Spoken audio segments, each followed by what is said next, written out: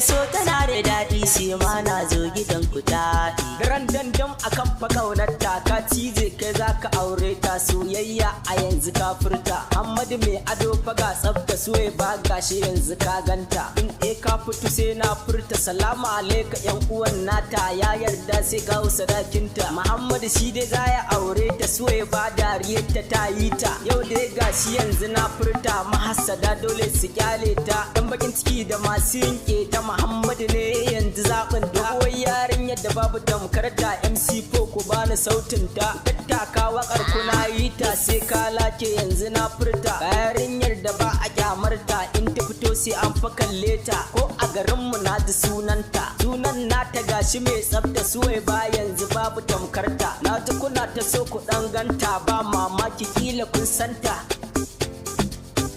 Zance na fa yanzu ba birki yar asalin da ba ta yin raki. Menene silan faga naki abokina yana fa ƙaunarki. Ya yadda ke kike mulki sarauniya adan ɗaki. Dawisu da babu tamkarki inda har ya kalle ki toran nan fa zai ta yin shauki. Suwaiba Allah ƙara kare ki da masoyin nan naki Muhammadu mai ado faga kirki. Daram dam dam daram daram dan daram dan dam daram daram dan. Suwaiba yanzu ke kike mulki Suwaiba yanzu babu tamkarki Suwaiba yanzu kin ji taken.